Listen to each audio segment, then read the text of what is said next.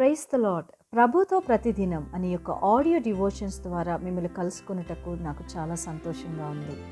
ప్రియులారా, ప్రభు కృపను బట్టి బాగున్నారు కదూ. ఈరోజు అంశము, నీవు నమ్ముకున్న దేవుడు నిన్ను విడువడు, ఎన్నడూ ఎడబాయుడు. లేఖన భాగము ద్వితీయోపదేశకాండము 31వ అధ్యాయం 6వ వచనం.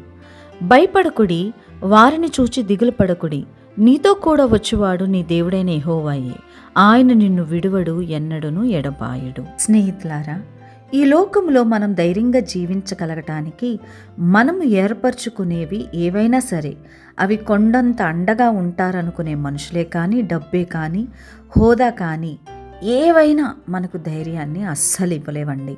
కేవలము దేవుడు మాత్రమే మనకి ధైర్యాన్ని ఇవ్వగలరు. ఆదాము హవ్వలు దేవునితో మాట్లాడుతూ దేవునితో సహవాసం కలిగి ఉన్నంత వరకు కూడా వాళ్ళు ఎప్పుడూ భయపడలేదు.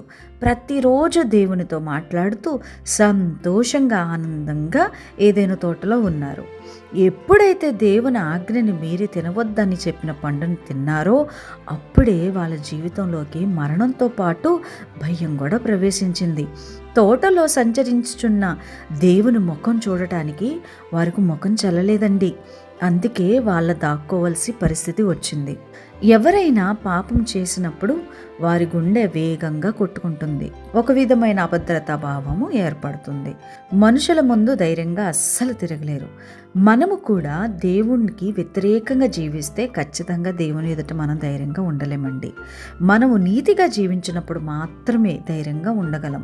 బాలుడైన దావీదు సింహాన్ని, ఎలుగుబంటిని, గొలియాతుని చంపగలిగే ధైర్యం దేవుని పట్టే కదా వచ్చింది. నీతిమంతులు సింహము వలె ధైర్యంగా నుందురు అని సామెతల గ్రంథం 28:1 ఉంది. బైబిల్లో అనేక మంది వ్యక్తులు ఎంతటి ధైర్య సాహసాలను ప్రదర్శించారో మనం చూడగలం.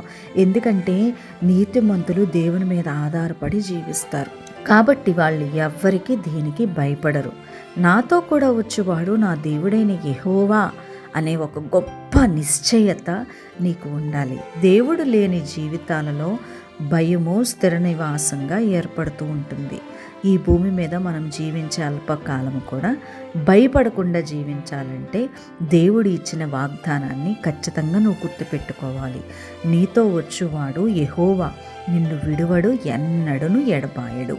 ఆ దేవుణ్ణి ఆశ్రయించిన నీవు దేవుని వాగ్దానాన్ని పూర్ణ హృదయముతో విశ్వసించు. నా దేవుడు నాతో ఉన్నాడు, నేను ధైర్యంగా ఉంటాను, ప్రతి పరిస్థితిని నేను ఎదుర్కోగలను, అపవాది ఏసే ప్రతి అగ్ని బాణాన్ని దేవుడిచ్చే సర్వాంగ కవచం ద్వారా నేను ఎదుర్కోగలను అని చక్కటి ధైర్యముతో, విశ్వాసముతో, నిరీక్షణతో నీవు ఉండు. ఈరోజు నీవు నమ్ముకున్న దేవుడు నిన్ను విడువడు, ఎన్నడూను ఎడబాయడు. ప్రార్థన.